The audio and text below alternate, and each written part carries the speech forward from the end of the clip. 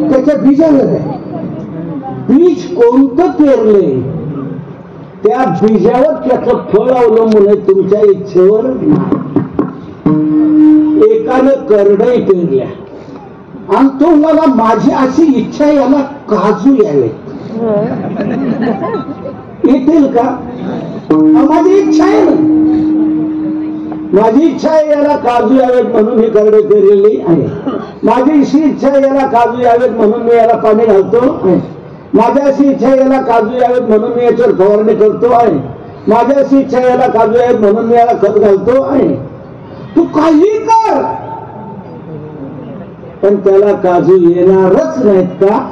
बीज जर करडईचं आहे त्याला काजू येतील कसे? फळ जे असतं ते त्याच्या बीजावर असतं, तुमच्या इच्छेवर नाही.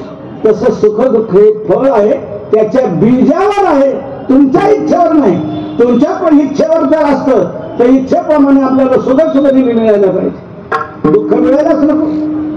आपल्याला सुखाची जशी इच्छा आहे तशी दुःखाची इच्छा आहे का? नाही. मग दुःखाची इच्छा नाही तर काय येते? याचा अर्थ तुमच्या इच्छेवर नाहीये. म्हणजे फळं जे असतात ते आपल्या इच्छेवर नसतात, त्याच्या बीजावर असतात. तसं सुख आणि दुःख ही फळं आहेत. फळं भोगणे ते फळ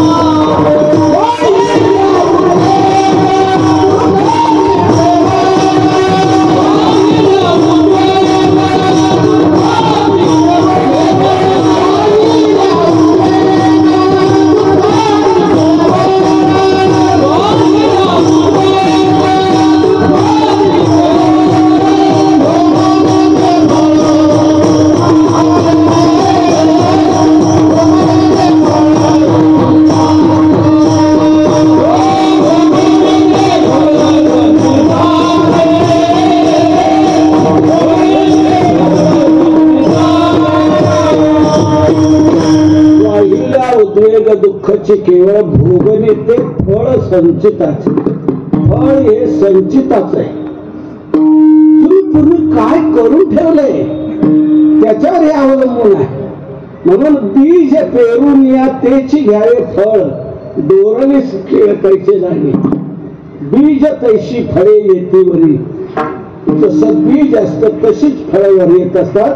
म्हणजे फळ ही बीजावर अवलंबून आहेत, आपल्या इच्छेवर नाही.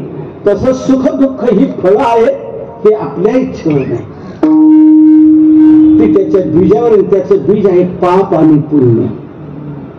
पाप बीज, त्याच्यातून दुःख फळ तयार होतं आणि पुण्यरूपी बीजातून सुखरूपी फळ तयार होतं.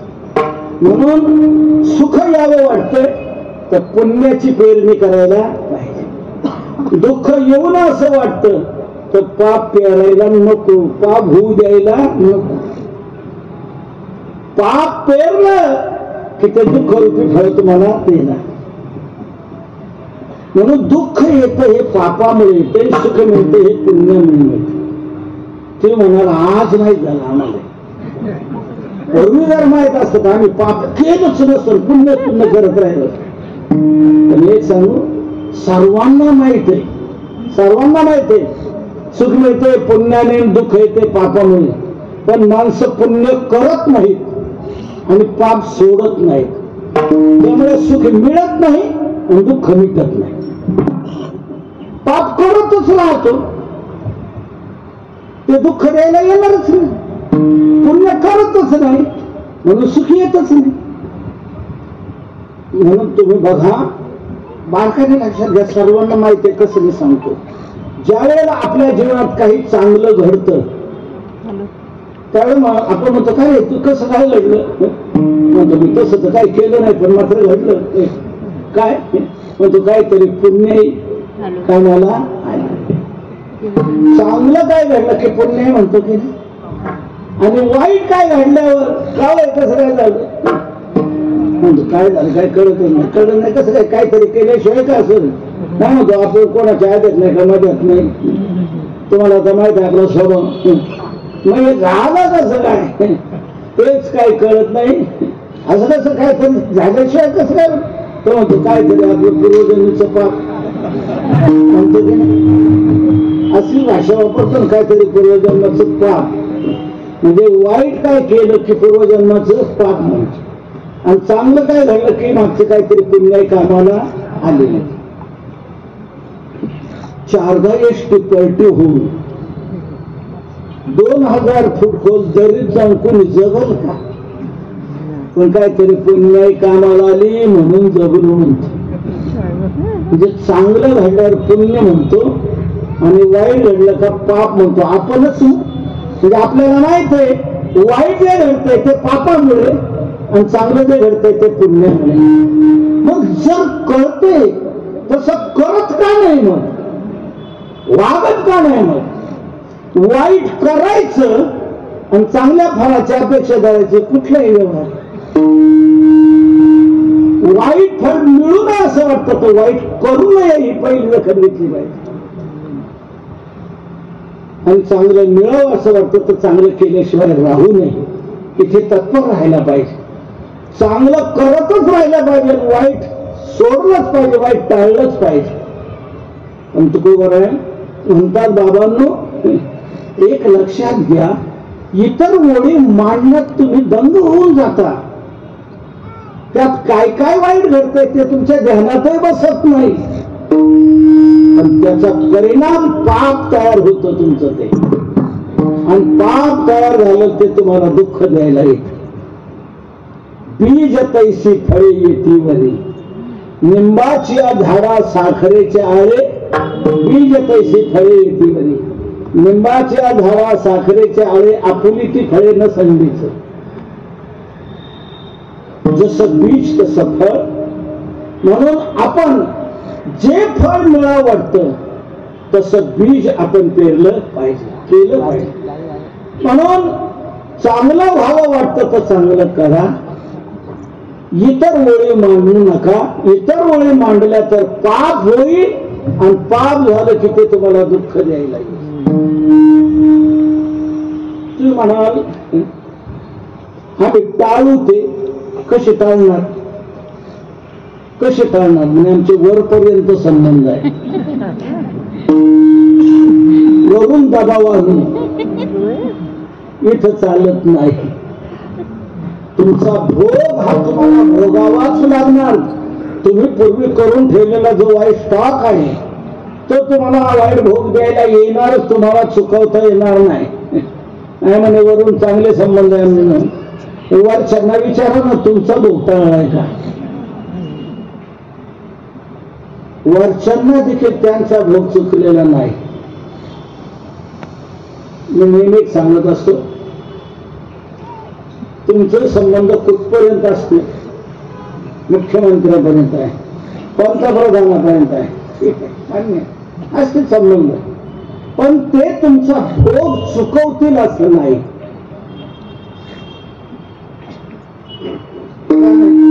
त्यांना त्यांचा चुकवता आला नाही तर आपला काय चुकवणार? मला सांगा, आपल्या देशात घडलेल्या 2 दुर्दैवी घटना. आपल्या देशातले 2 पंतप्रधान मारले गेले, आठवतं ना? 2 पंतप्रधान आपले मारले गेले.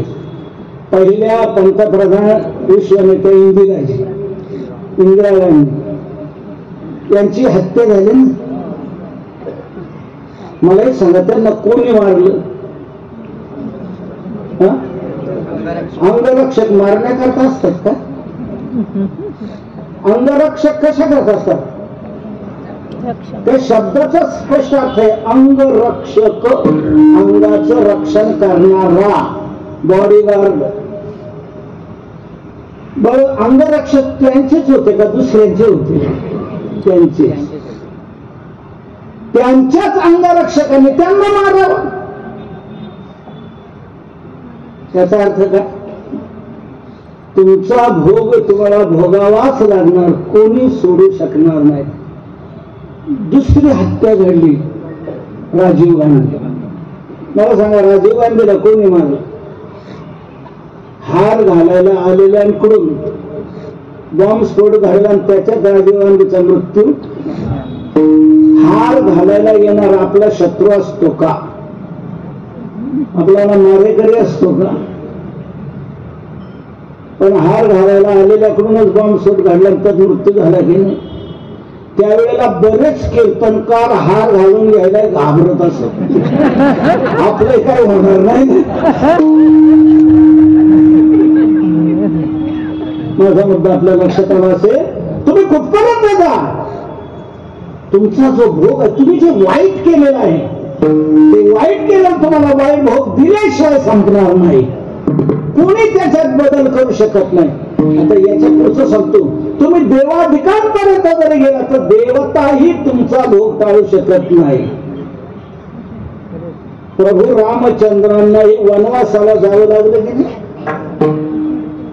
मला सांगा, राज्याभिषेक ठरला होता का वनवास ठरला होता? राज्याभिषेक. बरं, मुहूर्त काढला होता की नाही? मुहूर्त काढणार साधा खेड्यातला भरभूंचा ब्राह्मण होता का कोणी? साक्षात कुलगुरू वशिष्ठ मुनी होते, त्यांनी राज्याभिषेकाचा मुहूर्त काढला. कधी राज्याभिषेक झाला नाही. जो काय राजसिंहासनावर चढायचा तो पाय वनाच्या रस्त्याला लागला. का? पूर्वी काय करून ठेवलेलं ते भोग द्यायला आलं. शुभग्रह काय बोंबलतील कर्मापुढे. किमु कुर्वन्ति शुभाग्रहाः वशिष्ठ दत्त लग्नश्च राम किं रमते वनम. वशिष्ठाने मुहूर्त काढूनही रामाला वनाला का जावं लागलं? कर्मे श्रीराम वनवासा गेला. कर्म. बरं, वनात गेल्यानंतर तरी समाधान का? आपल्या नाशिकला पंचवटीमध्ये राहिले पर्णकुटी बांधून बिचारे गंगेचं स्नान करत होते. आपलं फळ खाऊन चाललं होतं, आनंदात आपलं वनवास भोगत होते. त्याच्यात ते लंकेचं कुत्र आलं आणि ते सीतामातेला घेऊन वियोग घडला. सीता गेली. सीतेला रामाचा वियोग आणि रामाला सीतेचा वियोग, आणि दोघे दुःख भोगताय. का? कर्म कारणीभूत. आता दोघांचं कोणतं कर्म कारणीभूत होतं याच्या कथा आहेत माझ्याकडे. रामप्रभूकडून कोणता दोष आणि सीतेकडून कोणता दोष घडला त्याला 1 तास जाईल. मी ते सांगत नाही. कर्माचा परिणाम कोणालाही सोडत नाही. कर्म भोग दिल्याशिवाय नष्ट होत नाही. ना भुक्तांक्षी येते कर्म कल्पकोटी सदैव. केलेलं कर्म भोग दिल्याशिवाय नष्ट होत नाही, भोग देऊनच संपणार. म्हणून तुकोबराय म्हणतात, तुम्ही वाईट भोग येऊ नये ही अपेक्षा धरता, मग वाईट करू नका ना. वाईट केलं की त्याच्यावर पाप अनुशेरा पडला, त्या संतीचा जमेला गेलं, ते पुढे दुःख द्यायला आलं. दुःख द्यायला दुःखच देणार, ते सुख देणार नाही. म्हणून दुःख येऊ नये असं वाटतं तर पाप होऊ देऊ नका. कोणी म्हणेल झालंय ना, होऊन गेलंय ना, मग त्याला दुसरा मार्ग सांगू, ते राहू देऊ नका. ते पाप घालवा, आणि ते पाप घालवण्याकरता एकच शास्त्रात मार्ग आहे सर्वात श्रेष्ठ पाप घालवण्याचा, की तो म्हणजे नामचिंतन. रामकृष्ण नामाची ओळ मांडा, की ही ओळ मांडलेले तुमचं पाप जाळून भस्मसात करेल. पाप जे आहे ते जाळून भस्मसात होईल. नाम संकीर्तन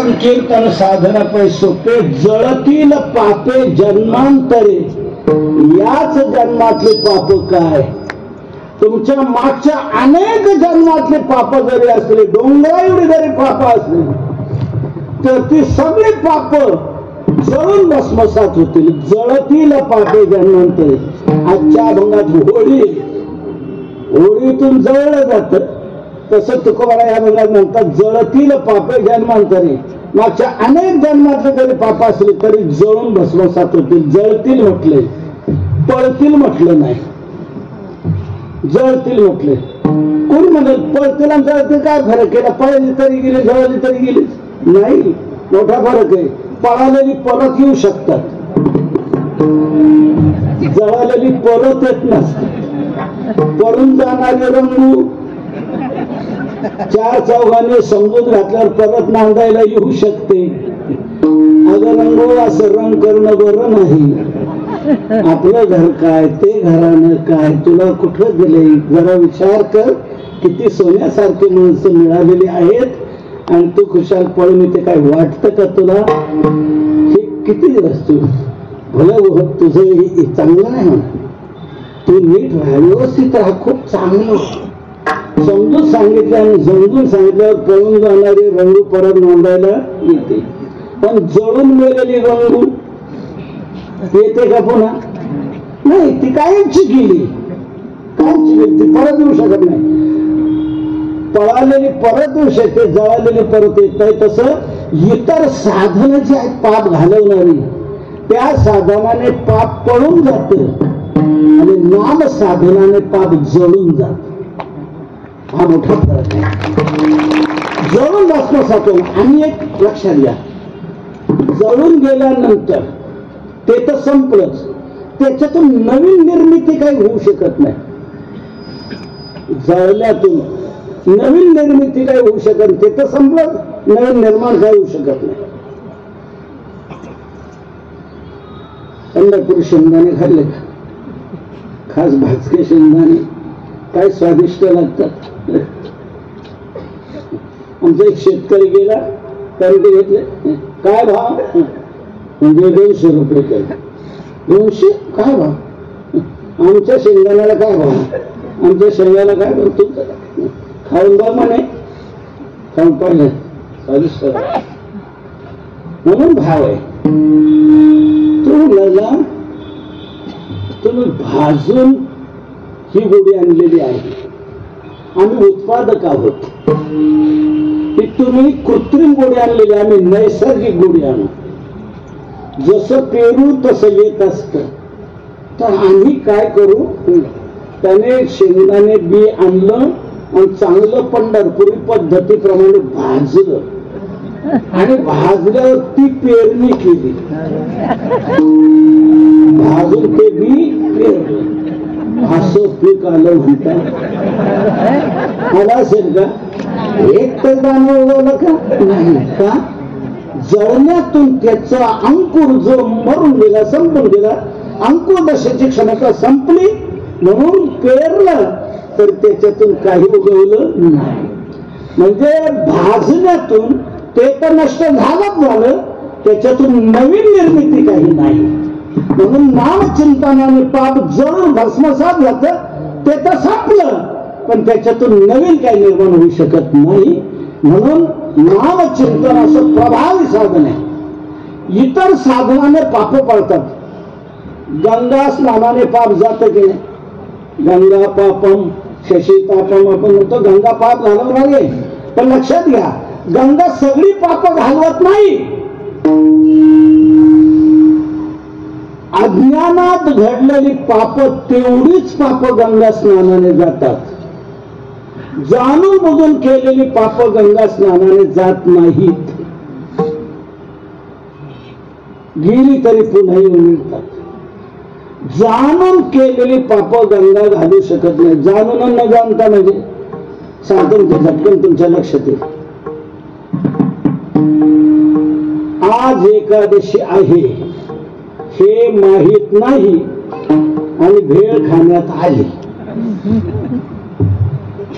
भेळ खाण्यात आली पण आज एकादशी हे माहीत नसताना खाण्यात आली.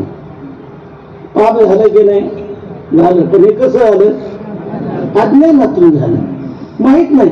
मागची एकादशी बुधवारी आली होती, मला वाटलं ही आता बुधवारी नाही तर मंगळवारी, फार तर एक दिवस मागे पुढे. मला वाटलं परवा एकादशी, माहीत नाही भेळ खाण्यात आली, पाप झालं. पण हे पाप झालं कसं? अज्ञान. अशी अज्ञानात जेवढी पाप घडतात तेवढी पाप गंगा स्नानाने जातात. तर जाणून बुजून केलेली पाप गंगा स्नानाने जात नाही. जाणून बुजून म्हणजे चाल काय खमंगावात सुटलाय बटाटावडा, हा मग तुला खायचं तर खा, मी नाही येणार. हा मग तो का बरं येणार नाही? माझी आज एकादशी, तू आज मला एकादशीला म्हणतो बटाट्याला खायला, तर नाही येणार.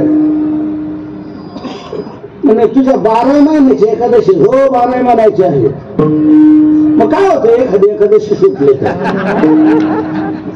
हा मोठे जरा असतील तर बटाकडे कोट कराव्यात.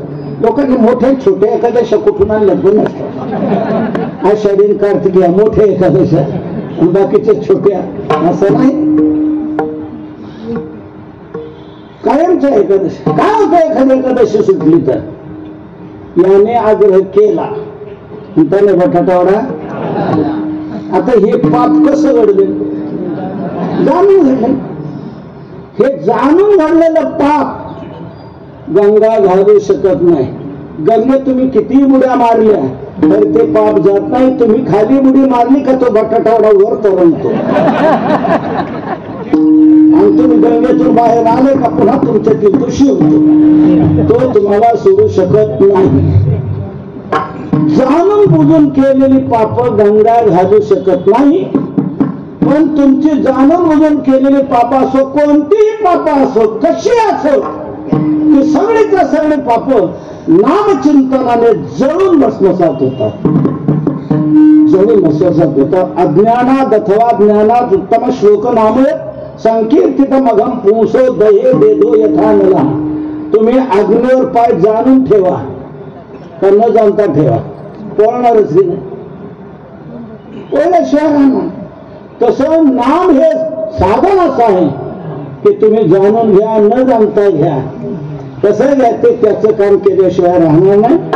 पाप जळून भस्मसात होणार आणि पाप संपलं की तुमचं दुःख संपलं. आणि नामचिंतन दुहेरी फलदायी आहे. नामचिंतनाने पापच जात असताना नामचिंतनाने पुण्यही मिळतं. हरिपाठातलं दुसरं चरण काय? हरिमुखे म्हणा, हरिमुखे म्हणा, पुण्याची गणना पूर्ण. मुखाने हरी म्हटल्याने पुण्य तयार होईल तुमचं. किती होईल त्याचं मोजमाप कोण करील? अफाट अमर्याद पुण्य नामचिंतनातून तयार होतं. अमर्याद त्याचं मोजमाप कोणी करू शकत नाही. पुण्याची गणना अफाट पुण्य पिकलं की पुण्य काय देणार?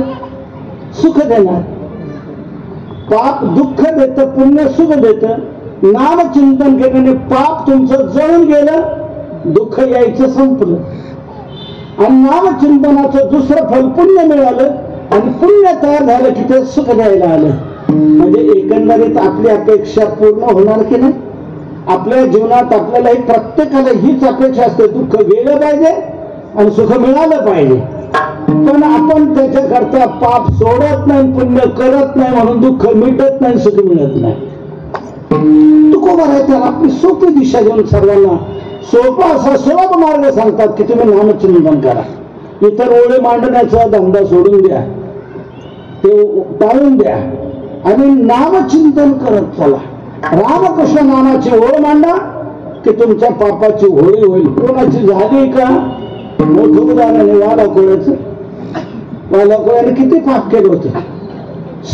7 रामजण धरले होते. प्युअर ब्राह्मण जेवढे मारले त्यांचा हिशोब आहे. इतर जाती जमातीचे किती मारले त्याचं मोजमाप नाही. ब्रह्महत्या सर्वात महान पाप आहे. पण वाल्हा कोळी पातकी भूमंडळी, नारदाच्या म्हणण्यानुसार त्याने रामनामे वाजविली टाळी, त्याच्या पातकाची झाली होळी. येणे होईल होळी पापानं. वाल्ह्याचं सगळं पाप गेलं. वाल्ह्याचा वाल्मिक ऋषी झाला, जगातला आद्य कवी झाला. आणि त्याने जसं रामायण लिहिलं तसं रामाला वागावं लागलं. इतका निर्दोष बनला तो. पाप सर्व गेलं, दुःख संपलं, पुण्य तयार झालं, सुखच सुख झालं. म्हणून तुकोबार म्हणतात इतर ओळी मांडण्यापेक्षा रामकृष्ण नामाची ओळ मांडा की त्याने तुमच्या पापाची होळी होईल. महाराज तुम्ही सुंदर सांगता, खूप दिशा सुंदर दिल्या आम्हाला, पण जमायला पाहिजे. काय जमायला अडचण काय? काहीतरी बोलताच ना, मग इतर बोलण्यापेक्षा हे बोलायचं एवढाच प्रश्न आहे ना. खरं दुसरं काय तुम्हाला काय? इतर गप्पा मारताच ना, इतर शब्द उच्चारतात ना, इतर ओळी मांडताच ना. त्या इतर ओळी मांडण्यापेक्षा रामकृष्ण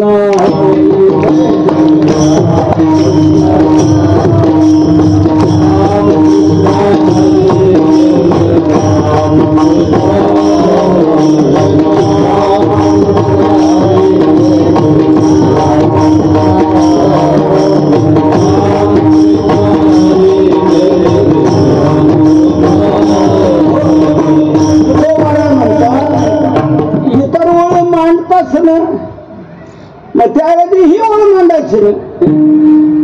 अहो इतर ओळी ज्या मांडल्या जातात ते छंद आहे माणसाला. त्या छंद असल्यामुळे त्या छंदात मनुष्य दंग होऊन जातो आणि ते करत राहतो. तुकोबारा म्हणतात तो छंद असल्यामुळे तो त्याच्या दंग होतो आणि तशा ओळी मांडत असतो. मग मला एक म्हणायचंय, तो छंद असतो म्हणून तसं तो करतो, तर तो असा छंद लावून घे ना. म्हणजे असा छंद लावून घेतला की हे येईल ना. हेच तुकोबारा अभंगाच्या दुसऱ्या चरणात सांगताय. ऐसा मना छंद